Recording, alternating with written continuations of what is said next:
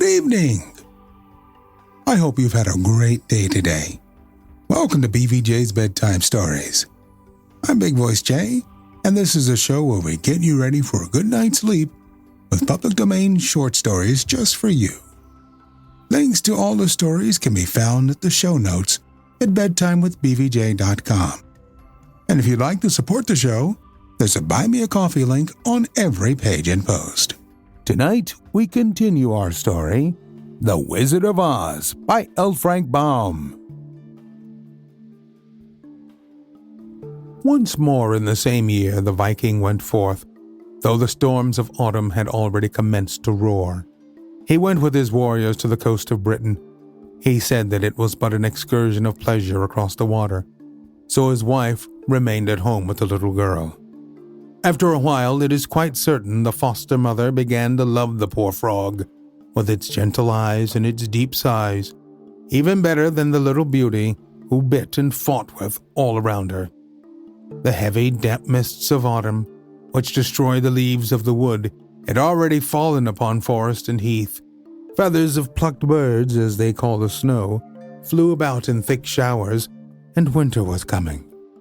The sparrows took possession of the stork's nest, and conversed about the absent owners in their own fashion. And they, the stork pair and all their young ones, where were they staying now? The storks might have been found in the land of Egypt, where the sun's rays shone forth bright and warm, as it does here at midsummer. Tamarinds and acacias were in full bloom all over the country. The crescent of Mahomet glittered brightly from the cupolas of the mosques, and on the slender pinnacles sat many of the storks, resting after their long journey. Swarms of them took divided possession of the nests which lay close to each other between the venerable columns and crowded the arches of temples and forgotten cities. The date and the palm lifted themselves as a screen or as a sunshade over them. The gray pyramids looked like broken shadows in the clear air, and the far-off desert, where the ostrich wheels its rapid flight, and the lion, with his subtle eyes, gazes at the marble sphinx which lies half buried in sand. The waters of the Nile had retreated, and the whole bed of the river was covered with frogs, which was a most acceptable prospect for the stork families. The young storks thought their own eyes deceived them. Everything around appeared so beautiful. "It is always like this here, and this is how we live in our warm country," said the stork mama, and the thought made the young ones almost beside themselves with pleasure. "Is there anything more to see?" they asked. "Are we going farther into the country?" "There is nothing further for us to see," answered the stork mama. "Beyond this delightful region there are immense forests, where the branches of the trees entwine round each other, while prickly, creeping plants cover the paths, and only an elephant could force a passage for himself with his great feet. The snakes are too large, and the lizards are too lively for us to catch. Then there is the desert. If you went there, your eyes would soon be full of sand, with the lightest breeze. And if it should blow great guns, you would most likely find yourself in a sand drift. Here is the best place for you, where there are frogs and locusts. Here I shall remain, and so must you." And so they stayed. The parents sat on the nest in the slender minaret and rested, yet still were busily employed in cleaning and smoothing their feathers, and in sharpening their beaks against their red stockings. Then they would stretch out their necks, salute each other, and gravely raise their heads with a high-polished forehead and soft, smooth feathers, while their brown eyes shone with intelligence. The female young ones strutted about amid the moist rushes, glancing at the other young storks and making acquaintances, and swallowing a frog at every third step, or tossing a little snake about with their beaks, in a way they considered very becoming, and besides, it tasted very good. The young male storks soon began to quarrel. They struck at each other with their wings, and pecked with their beaks till the blood came. And in this manner many of the young ladies and gentlemen were betrothed to each other. It was, of course, what they wanted, and indeed what they lived for. Then they returned to a nest, and there the quarreling began afresh. For in hot countries, people are almost all violent and passionate. But for all that it was pleasant, especially for the old people, who watched them with great joy, all that the young ones did suited them. Every day there was sunshine here, plenty to eat, and nothing to think of but pleasure. But in the rich castle of their Egyptian host, as they called him, there was not to be found. The rich and mighty lord of the castle lay on his couch, in the midst of the great hall, with its many-colored walls, looking like the center of a great tulip. But he was stiff and powerless in all his limbs, and lay stretched out like a mummy. His family and servants stood round him. He was not dead, although he could scarcely be said to live. The healing moorflower from the north, which was to have been found and brought to him by her who loved him so well, had not arrived. His young and beautiful daughter, who, in Swan's plumage, had flown over land and seas to the distant north, had never returned. She is dead, so the two Swan maidens had said when they came home, and they made up quite a story about her. And this is what they told. "We three flew away together through the air," said they. "A hunter caught sight of us and shot at us with an arrow.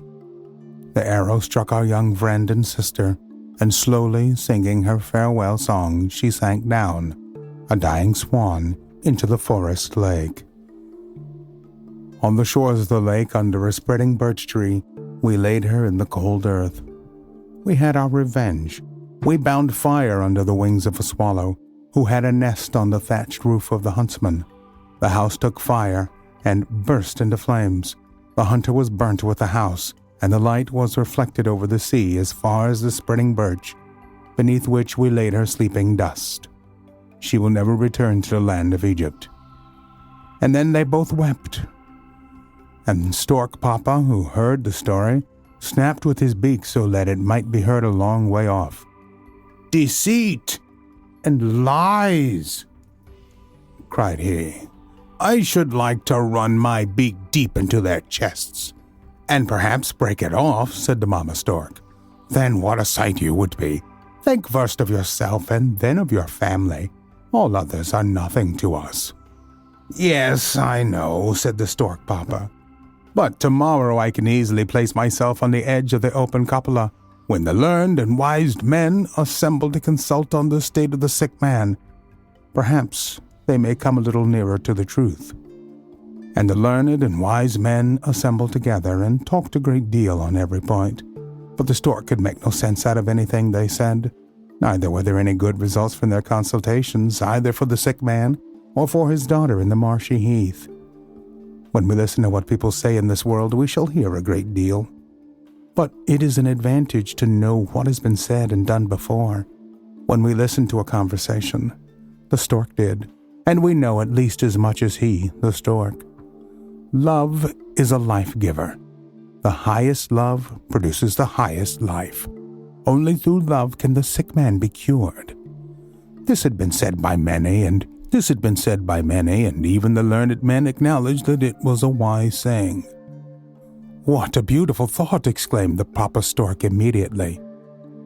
"I don't quite understand it," said the Mama Stork, when her husband repeated it. "However, it is not my fault, but the fault of the thought, whatever it may be. I have something else to think of."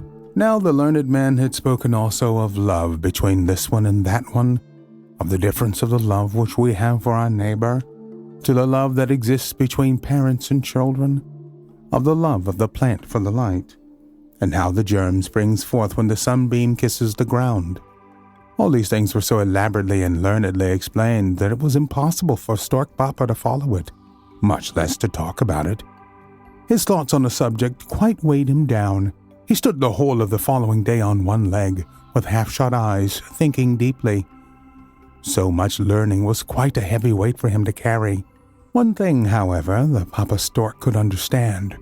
Everyone, high and low, had from their inmost hearts expressed their opinion that it was a great misfortune for so many thousands of people, the whole country indeed, to have this man so sick, with no hopes of his recovery. And what joy and blessing it would spread around if he could by any means be cured. But where bloomed the flower that could bring him health? They had searched for it everywhere, in learned writings, in the shining stars, in the weather and wind. Inquiries had been made in every byway that could be thought of, until at last a wise and learned man has asserted, as we have been already told, that love, the Lifegiver, could alone give new life to a father. And in saying this, they had overdone it, and had said more than they understood themselves. They repeated it, and wrote it down as a recipe. Love is a life-giver.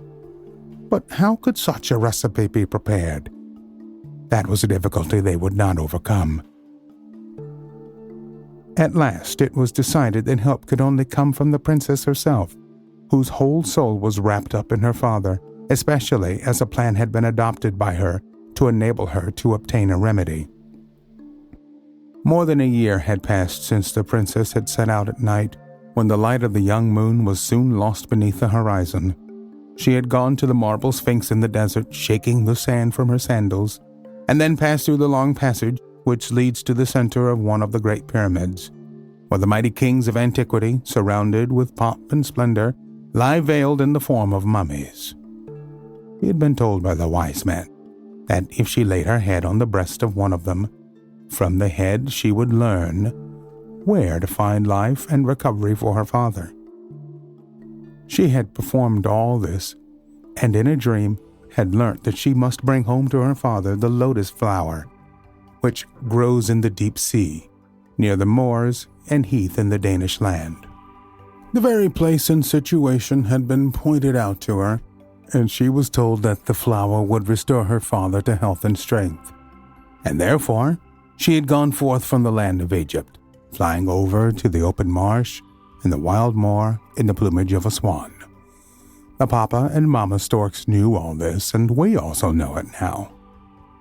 We know, too, that the Marsh King has drawn her down to himself, and that to the loved ones at home she is forever dead. One of the wisest of them said, as the Stork Mama also said, that in some way she would, after all, manage to succeed, and so at last they comforted themselves with this hope, and would wait patiently. In fact, they could do nothing better. I should like to get away the swan's feathers from those two treacherous princesses, said the Papa Stork. Then, at least, they would not be able to fly over again to the wild moor and do more wickedness. I can hide the 2 suits of feathers over yonder till we find some use for them. But where will you put them? Asked the Mama Stork. In our nest on the moor. I and the young ones will carry them by turns during our flight across, and as we return, should they prove too heavy for us, we shall be sure to find plenty of places on the way in which we can conceal them till our next journey. Certainly 1 suit of swan's feathers would be enough for the princess, but 2 are always better. In those northern countries, no one can have too many traveling wrappers. No one will thank you for it, said Stork Mama. But you are master, and excepting at breeding time, I have nothing to say. In the Viking's castle on the wild moor, to which the storks directed their flight in the following spring, the little maiden still remained. They had named her Helga, which was rather too soft a name for a child with a temper like hers, although her form was still beautiful. Every month this temper showed itself in sharper outlines, and in the course of years, while the storks still made the same journeys in autumn to the hill and in spring to the moors, the child grew to be almost a woman, and before anyone seemed aware of it, she was a wonderfully beautiful maiden of 16. The casket was splendid, but the contents were worthless. She was indeed wild and savage, even in those hard, uncultivated times. It was a pleasure to her to splash about with her white hands in the warm blood of the horse which had been slain for sacrifice. In one of her wild moods, she bit off the head of the black cock, which the priest was about to slay for the sacrifice. To her foster father she said one day, If thine enemy were to pull down thine house about thine ears,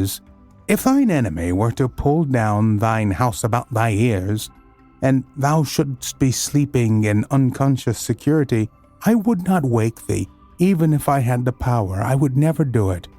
for my ears still tingle with the blow that thou gavest me years ago. I have never forgotten it."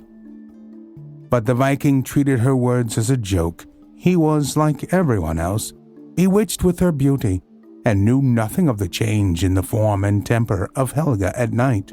Without a saddle, she would sit on a horse as if she were a part of it, while it rushed along at full speed, nor would she spring from its back, even when it quarreled with other horses and bit them. She would often leap from the high shore into the sea with all her clothes on, and swim to meet the Viking when his boat was steering home towards the shore. She once cut off a long lock of her beautiful hair and twisted it into a string for her bow. "If a thing is to be done well," said she, "I must do it myself." The Viking's wife was, for the time in which she lived, a woman of strong character and will. But compared to her daughter, she was a gentle, timid woman, and she knew that a wicked sorcerer had the terrible child in his power. It was sometimes as if Helga acted from sheer wickedness, for often when her mother stood on the threshold of the door or stepped into the yard, she would seat herself on the brink of the well, wave her arms and legs in the air, and suddenly fall right in. Here she was able, from her frog nature, to dip and dive about in the water of the deep well, until at last she would climb forth like a cat and come back into the hall dripping with water, so that the green leaves that were strewed on the floor were whirled round and carried away by the streams that flowed from her. But there was one time of the day which placed a check upon Helga. It was the evening twilight. When this hour arrived, she became quiet and thoughtful, and allowed herself to be advised and led. Then also a secret feeling seemed to draw her towards her mother. And as usual, when the sun set, and the transformation took place, both in body and mind, inwards and outwards, she would remain quiet and mournful, with her form shrunk together in the shape of a frog. Her body was much larger than those animals ever are, and on this account it was much more hideous in appearance, for she looked like a wretched dwarf, with a frog's head and webbed fingers. Her eyes had a most piteous expression. She was without a voice, excepting a hollow, croaking sound, like the smothered sobs of a dreaming child. Then the Viking's wife took her on her lap, and forgot the ugly form, as she looked into the mournful eyes, and often said, "I could wish that thou wouldst always remain my dumb frog child, for thou art too terrible when thou art clothed in a form of beauty." And the Viking woman wrote runic characters against sorcery and spells of sickness, and threw them over the wretched child, but they did no good. One can scarcely believe that she was ever small enough to lie in the cup of the water lily, said the Papa Stork, and now she is grown up, and the image of her Egyptian mother, especially about the eyes. Ah, we shall never see her again. Perhaps she has not discovered how to help herself as you and the wise men said she would. Year after year have I flown across and across the moor, but there was no sign of her being still alive. Yes, and I may as well tell you that each year, when I arrived a few days before you to repair the nest and put everything in its place, I've spent a whole night flying here and there over the marshy lake, as if I had been an owl or a bat, but all to no purpose. The 2 suit of swan's plumage, which I and the young ones dragged over here from the land of the Nile, are of no use. Trouble enough it was for us to bring them here in 3 journeys, and now they are lying at the bottom of the nest. And if a fire should happen to break out, and the wooden house be burnt down, they would be destroyed. And our good nest would be destroyed too, said the Mama Stork. But you think less of that than of your plumage stuff and your Moor princess. Go and stay with her in the marsh if you like. You are a bad father to your own children, as I've told you already, when I hatched my first brood. I only hope neither we nor our children may have an arrow sent through our wings, owing to that wild girl. Helga does not know in the least what she is about. We have lived in this house longer than she has. She should think of that, and we have never forgotten our duty. We have paid every year our toll of a feather, an egg, and a young one, as it is only right we should do. You don't suppose I can wander about the courtyard or go everywhere as I used to do in old times? I can do it in Egypt, where I can be a companion of the people without forgetting myself. But here I cannot go and peep into the pots and kettles as I do there. No, I can only sit up here and feel angry with that girl, the little wretch. And I'm angry with you too. You should have left her lying in the water lily. Then no one would have known anything about her. You are far better than your conversation, said the Papa Stork. I know you better than you know yourself. And with that, he gave a hop and flapped his wings twice, proudly. Then he stretched his neck and flew, or rather soared away, without moving his outspread wings. He went on for some distance, and then he gave a great flap with his wings, and flew on his course at a rapid rate, his head and neck bending proudly before him, while the sun's rays fell on his glossy plumage. He is the handsomest of them all, said the Mama Stork as she watched him, but I won't tell him so. Early in the autumn, the Viking again returned home laden with spoil and bringing prisoners with him. Among them was a young Christian priest, one of those who condemned the gods of the north. Often lately there had been, both in hall and chamber, a talk of the new faith which was spreading far and wide in the south, and which, through the means of the holy Ansgarius, had already reached as far as Hedeby on the Shy. Even Helga had heard of this belief in the teachings of one, who for the love of mankind and for their redemption had given up his life. But to her all this had, as it were, gone in one ear and out the other. It seemed that she only stood the meaning of the word love, when in the form of a miserable frog she crouched together in the corner of the sleeping chamber.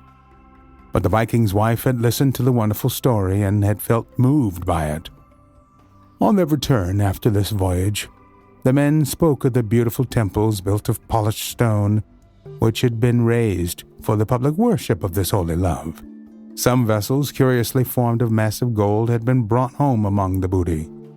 There was a peculiar fragrance about them all, for they were incense vessels, which had been swung before the altars in the temples by the priests. In the deep stony cellars of the castle, the young priest was immured, and his hands and feet tied together with strips of bark. The Viking's wife considered him as beautiful as Balder, and his distress raised her pity. But Helga said he ought to have ropes fastened to his heels and be tied to the tails of wild animals. I would let the dogs loose after him, she said, over the moor and across the heath. Hurrah! That would be a spectacle for the gods, and better still to follow in its course. But the Viking would not allow him to die such a death as that, especially as he was the disowned and despiser of the high gods. In a few days he had decided to have him offered as a sacrifice on the bloodstone in the grove. For the first time a man was to be sacrificed here. Helga begged to be allowed to sprinkle the assembled people with the blood of the priest. She sharpened her glittering knife, and when one of the great, savage dogs who were running about the Viking's castle in great numbers sprang towards her, she thrust the knife into his side, merely, as she said, to prove its sharpness. The Viking's wife looked at the wild, badly disposed girl with great sorrow, and when night came on and her daughter's beautiful form and disposition were changed, she spoke in eloquent words to Helga of the sorrow and deep grief that was in her heart. The ugly frog in its monstrous shape stood before her and raised its brown, mournful eyes to her face, listening to her words and seeming to understand them with the intelligence of a human being. Never once to my lord and husband has a word passed my lips of what I have to suffer through you. My heart is full of grief about you, said the Viking's wife. The love of a mother is greater and more powerful than I ever imagined. But love never entered thy heart. It is cold and clammy, like the plants on the moor. Then the miserable form trembled. It was as if those words had touched an invisible bond between body and soul, for great tears stood in the eyes. A bitter time will come for thee at last, continued the Viking's wife, and it will be terrible for me too. It had been better for thee if thou hadst been left on the high road, or the cold night wind to lull thee to sleep." And the Viking's wife shed bitter tears and went away in anger and sorrow, passing under the partition of furs, which hung loose over the beam and divided the hall. The shriveled frog still sat in the corner alone. Deep silence reigned around. At intervals, a half-stifled sigh was heard from its inmost soul. It was the soul of Helga. It seemed in pain, as if a new life were arising in her heart. Then she took a step forward and listened, then stepped again forward, and seized with her clumsy hands the heavy bar which was laid across the door. Gently, and with much trouble, she pushed back the bar, as silently lifted the latch, and then took up the glimmering lamp which stood in the antechamber of the hall. It seemed as if a stronger will than her own gave her strength. She removed the iron bolt from the closed cellar door and slipped into the prisoner. He was slumbering. She touched him with her cold, moist hand, and as he awoke and caught sight of the hideous form, he shuddered as if he beheld a wicked apparition. She drew her knife, cut through the bonds which confined his hands and feet, and beckoned for him to follow her. He uttered some holy names and made the sign of the cross, while the form maintained motionless by his side. We'll continue our story on our next episode. I want to remind you that we're always looking for great stories like this one to feature on the show. Send your suggestions to bigvoicej@gmail.com. We've got a YouTube channel full of stories from the show. Go to tiny.cc/BVJ Bedtime. Don't forget to leave us a review on Apple Podcasts. It helps to spread the word that we're putting people to sleep every single night. And if you'd like to support the show, there's a Buy Me a Coffee link on every page and post. Thank you so much for listening. Good night. Diamond Club hopes you have enjoyed this program.